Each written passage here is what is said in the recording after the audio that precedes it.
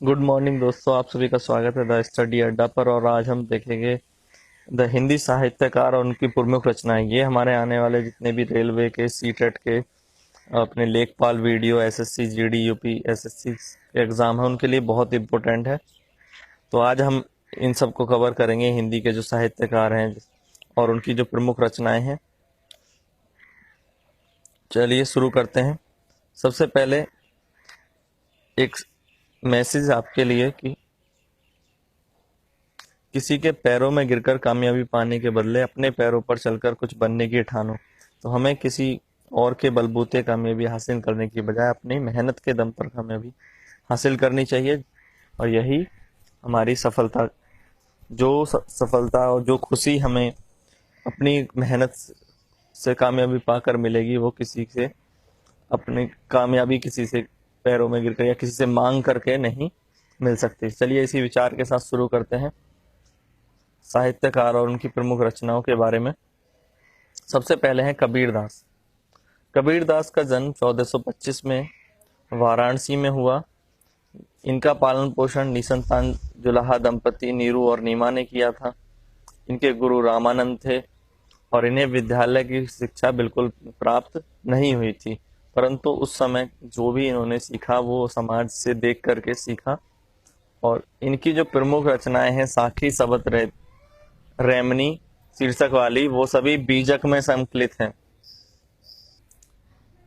इनका पालन पोषण जो है वो नीरू और नीवा नाम की दंपति ने किया था। इनकी जो है विद्यालय शिक्षा बिल्कुल नहीं हुई थी, परंतु जो समाज की समझ थी, इनको जो देश काल परिस्थितियों की समझ थी, उसके कारण इन्होंने उन परिस्थितियों को समझ करके बहुत सारी रचनाएं लिखी हैं, जो साखी, सबद और रेमनी शीर्षक वाली रचनाएं हैं। क्योंकि खुद से कुछ नहीं लिखा है कबीरदास जी ने, वो लिखना नहीं जानते थे, उन्होंने कहा है।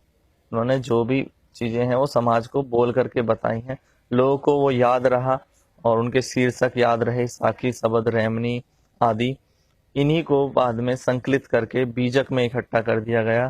तो बीजक इनकी रचना जो है वो इनकी वाणी के कथनों का, दोहों का संकलन है। पर अगर अब हमारे एग्जाम में आता है कि बीजक किसकी पुस्तक है, तो हम कहेंगे कबीरदास की, क्योंकि लेखक कौन रहा वो भी नहीं पता है, पर जो दोहे हैं वो कबीर के दोहे हैं। ठीक है, पर सही बात यह है कि कबीर ने खुद नहीं लिखा है बीजक पुस्तक को, किसी ने संकलित किया है। ठीक है, बट पेपर में अगर पूछा जाएगा तो बीजक किसकी पुस्तक है, तो आप कबीरदास का ही आंसर लिखेंगे। क्लियर? चलिए आगे देखते हैं। उसके बाद है सूरदास। सूरदास का जन्म 1478 ब्राह्मण कुल में मथुरा के पास सीही नामक स्थान पर हुआ था। इनके गुरु वल्लभाचार्य थे। इनका निधन 1583 में हुआ। प्रमुख रचनाओं की बात करें तो सूर सागर है ना, और है सुरसुरावली, सुरसुरावली, साहित्य लहरी। तो ये इनकी प्रमुख रचनाएं हैं, आसानी से आप याद कर सकते हैं। जिनमें सूर लगा है वो सब सूरदास की रचनाएं हैं। उसके अलावा साहित्य लहरी है।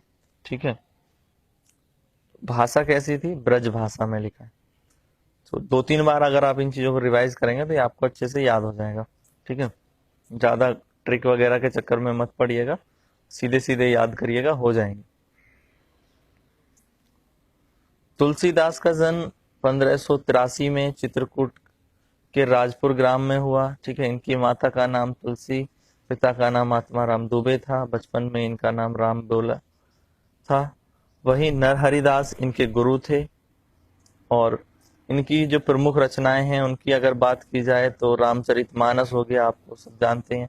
उसके बाद दोहावली, गीतावली, कवितावली, राम सतसई, कवित रामायण, रामलला नच्चू। तो राम राम वाली जो रचनाएं हैं वो, और दोहावली, गीतावली, कवितावली, तो सीधे सीधे याद हो जाएगा। रामायण, राम से संबंधित जितनी भी रचनाएं हैं वो तुलसीदास की हैं। और फिर उसके अलावा दोहावली, गीतावली, कवितावली, तो ऐसे याद कर लीजिएगा। इनकी भाषा अवधी थी। ठीक है, और विनय पत्रिका जो इन्होंने लिखा है वो ब्रज भाषा में था। एक विनय पत्रिका भी इनकी रचना है। आगे देखें, आगे कुछ और जो लेखक हैं उनकी रचनाएं हैं, जैसे केशव दास। केशव दास की जो रचनाएं हैं जैसे रामचंद्रिका, कवि प्रिया और रसिक प्रिया, तो इसको याद रख लें। तो कैसे याद करें, चलिए इसका एक कोड बना लेते हैं। रसिक प्रिया, तो प्रिया तुम्हारे केस मुझे चंद्रमा से भी प्रिय हैं। तो इसको अब यहाँ क्या कहा गया, मुझे प्रिया तुम्हारे केस चंद्रमा से भी प्रिय हैं। तो पहला जो प्रिया वर्ड से आया उससे आप रसिक प्रिया याद कर लें कि रसिक प्रिया। फिर आया कि तुम्हारे केस, केस से ये किसकी रचना है, केशव दास की, ठीक है। उसके बाद रामचंद्रिका, चंद्रमा से भी प्रिय हैं, तो चंद्रमा से प्रिय क्या हो गया, रामचंद्रिका, ठीक है। और प्रिय दोबारा आया तो उसका हो गया कवि प्रिया, ठीक है, कवि प्रिया। तो इस तरह से याद कर लीजिए। इसके अलावा विद्यापति की जो रचना है, कीर्ति, काकड़, पिंगल सूत्र, कीर्ति पताका आदि, तो विद्यापति की रचनाओं को याद कर लें कि कीर्ति के पति ने मंगल सूत्र पहनाया। कीर्ति के पति ने मंगल सूत्र पहनाया, तो पहला तो कीर्ति हो गया, पति से विद्यापति याद रख लेंगे, ठीक है। और मंगल सूत्र से आप पिंगल सूत्र को याद रख सकते हैं। और पहनाया, पहनाया पताका, तो कीर्ति पताका, ठीक है, उसको पहनाया को पताका से जोड़ दें तो कीर्ति पताका हो जाएगा। कीर्ति से याद, एक ही शब्द से दोनों याद रख लें, कीर्ति, कीर्ति पताका, ठीक है। आगे देखते हैं, जगनिक की रचनाएं हैं। जगनिक, जगनिक की एक रचना याद रखनी है, आल्हा चरित्र, तो सीधे सीधे याद रख लें जगनिक ने क्या लिखा है, आल्हा चरित्र।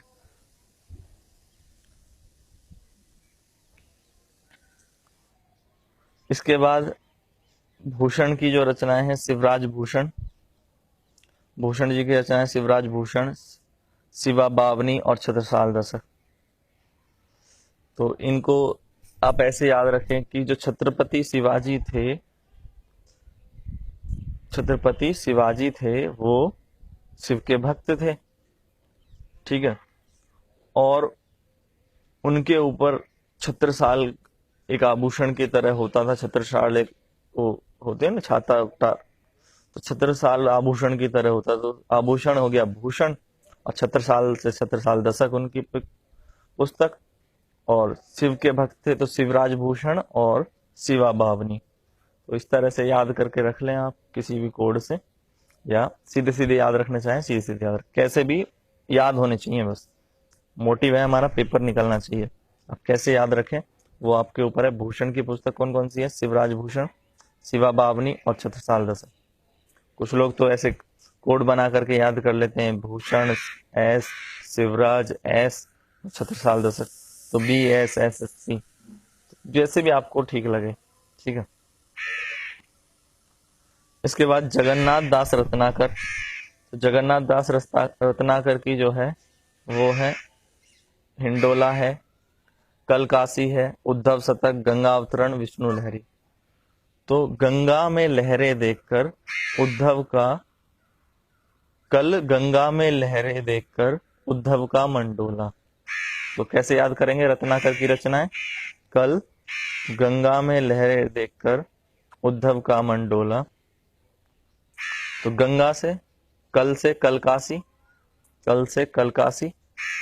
उसके बाद गंगा से गंगावतरण,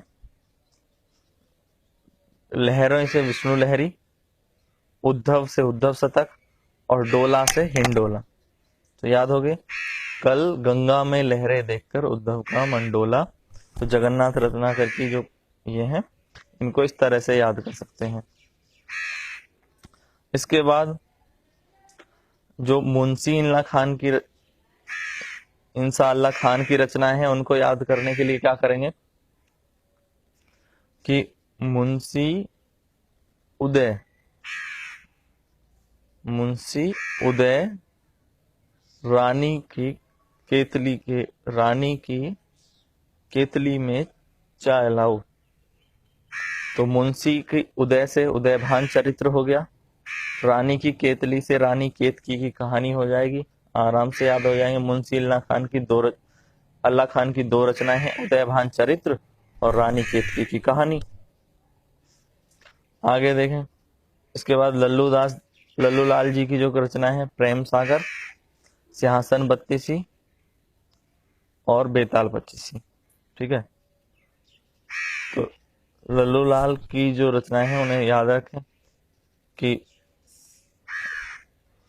सिंहासन बत्तीसी और बेताल पच्चीसी। तो ज्यादा बत्तीसी पच्चीसी मत दिखाओ, तो 2 तो याद हो जाएंगे, बत्तीसी पच्चीसी से सिंहासन बत्तीसी, बेताल पच्चीसी, बाकी प्रेम सागर भी आप याद कर लीजिएगा। तो ये लल्लू लाल की रचनाएं हैं। लल्लू लाल ज्यादा बत्तीसी पच्चीसी मत दिखाओ। इसके बाद मुंशी प्रेमचंद की बहुत सारी रचनाएं हैं, बहुत ज्यादा इंपॉर्टेंट हैं। गबन है, गोदान है, सेवा सदन, रंगभूमि, कर्मभूमि, वरदान, हंस का संपादन। तो इनको याद रखने की कोशिश करें, क्योंकि मुंशी प्रेमचंद की रचनाएं काफी पूछी जाती हैं। तो आप जैसे भी याद रखना चाहें 2-3 बार रिवाइज कर लें। गबन, गोदान, सेवा सदन, रंगभूमि, कर्मभूमि, वरदान, हंस का संपादन। इसके बाद भारतेंदु हरिश्चंद्र जी की जो रचनाएं हैं, सत्य हरिश्चंद्र, कश्मीर कुसुम, बादशाह दर्पण, भारत दुर्दशा, चंद्रबली, मुद्रा राक्षस, हमीर हट, प्रेम तरंग। तो सत्य का हट है कि वह कश्मीर का बादशाह है, और सत्य का राक्षसों, सत्य जो कि कश्मीर का बादशाह है, उसके विरुद्ध राक्षसों का हट है कि वो कश्मीर की दुर्दशा कर देगा और वहां पर किसी तरह का कोई प्रेम नहीं रहने देगा। तो ऐसे कोई कहानी बना करके याद कर लें। तो सत्य का हट है मतलब सत्य हरिश्चंद्र, और सत्य जो कि कश्मीर का बादशाह है, कश्मीर कुसुम, वहां का बादशाह से बादशाह दर्पण हो गया।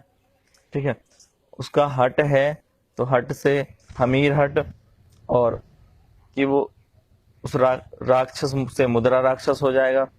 दुर्दशा से भारत दुर्दशा याद कर लीजिएगा, और वहां पर किसी तरह का कोई प्रेम नहीं होने देगा, तो प्रेम तरंग। ठीक है, एक रचना बच गई, वो चंद्रबली, वो आप किसी तरह से याद कर लें कि हरिश्चंद्र की एक रचना है चंद्रबली, जो कहानी में मैं इसको नहीं पढ़ पाया। ठीक है,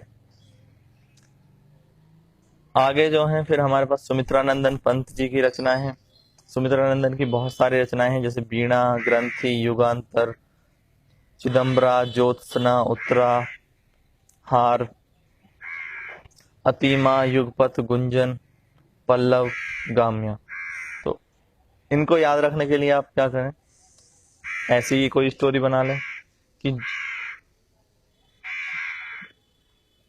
ठीक है, 2-4 नाम, जैसे ज्योत्सना और उत्तराहार, ये 3-4 बार रिपीट करके वीणा, ग्रंथि, युगांतर, चिदम्बरा, ज्योत्सना, उत्तराहार, अतिमा, युगपत, गुंजन, पल्लव और ग्राम्य। इसके बाद पंडित सूर्यकांत त्रिपाठी निराला जी की जो रचनाएं हैं वो काफी इंपॉर्टेंट है, बहुत ज्यादा पूछी जाती है एग्जाम में। ठीक है, पीछे वाली भी ये जो थी सुमित्रानंदन पंत जी की मोस्ट इंपॉर्टेंट है आपके एग्जाम के लिए, बहुत सारे एग्जाम में ये रिपीट हुई हैं।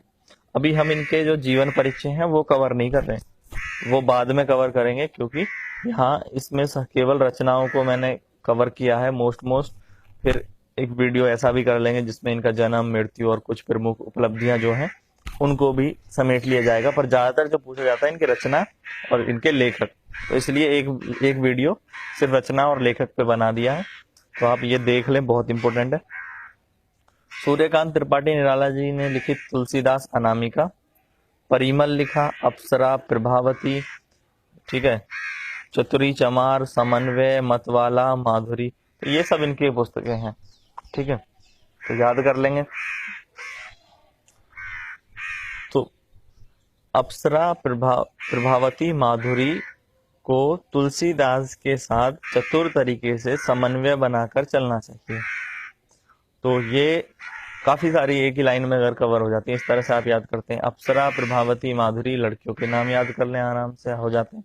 ठीक है, तो अप्सरा, प्रभावती, माधुरी को तुलसीदास के साथ, अच्छा एक और जोड़ लें, अनामिका, अप्सरा, प्रभावती, माधुरी, तो 4 लड़कियों के नाम हो गए। उस तुलसीदास के साथ चतुर तरीके से समन्वय बनाकर चलना चाहिए। तो तुलसीदास आ गए, फिर अनामिका आ गया, अप्सरा, प्रभावती, माधुरी, इसमें इनकी ये रचना भी कवर हो गई, चतुरी, चमार और समन्वय कवर हो गया। फिर 1-2 रह गई हैं, वो आप याद कर लें, परिमल जैसे मतवाला। ठीक है, फिर महादेवी वर्मा जी की जो रचनाएं हैं, निहार, रश्मि, निरंजना और नीरजा, संध्या गीत, यमा, क्षणदा, स्मृति, रेखा, मेरा परिवार। तो संध्या में रश्मि, नीरजा, यामा, ठीक है, फिर से गर्ल्स के नाम आ गए, लड़कियों के नाम आ गए। यामा आप साउथ नॉर्थ ईस्ट में मान लो, कहीं पूर्वोत्तर में। ठीक है, तो रश्मि, नीरजा, यामा, संध्या में रश्मि, नीरजा, यामा अपने परिवार की स्मृतियों को निहार रही थीं, या मेरे परिवार की स्मृतियों को निहार रही थीं। तो कई सारी चीजें कवर हो गई ना। पहले रश्मि, नीरजा, यामा संध्या में मेरे परिवार की स्मृतियों से स्मृति की रेखा को निहार रही थी। ठीक है, याद हो जाएगा। क्षणदा बच गया, क्षणदा याद कर लें। क्षणदा किसकी रचना है? महादेवी वर्मा की। ठीक है, तो ये बहुत सारी रचनाएं आपकी कवर हो गई। कुछ और इंपॉर्टेंट मैं बता देता हूं आपको, जैसे कामायनी जयशंकर प्रसाद की है, ये पूछा जाता है। ठीक है, कामायनी किसकी है? जयशंकर प्रसाद की रचना है, तो इसको याद रखेंगे। और जो इम्पोर्टेंट है, पृथ्वीराज रासो है जैसे, ठीक है, तो उसको याद कर लीजिएगा, पृथ्वीराज रासो। ऐसे काफी सारे मैंने वहां पे कवर कर लिए, जो नहीं हुए तो वो मैं इनको आपको ऐसे बता देता हूँ। पृथ्वीराज रासो चंदबरदाई की है। ठीक है, चंदबरदाई का है।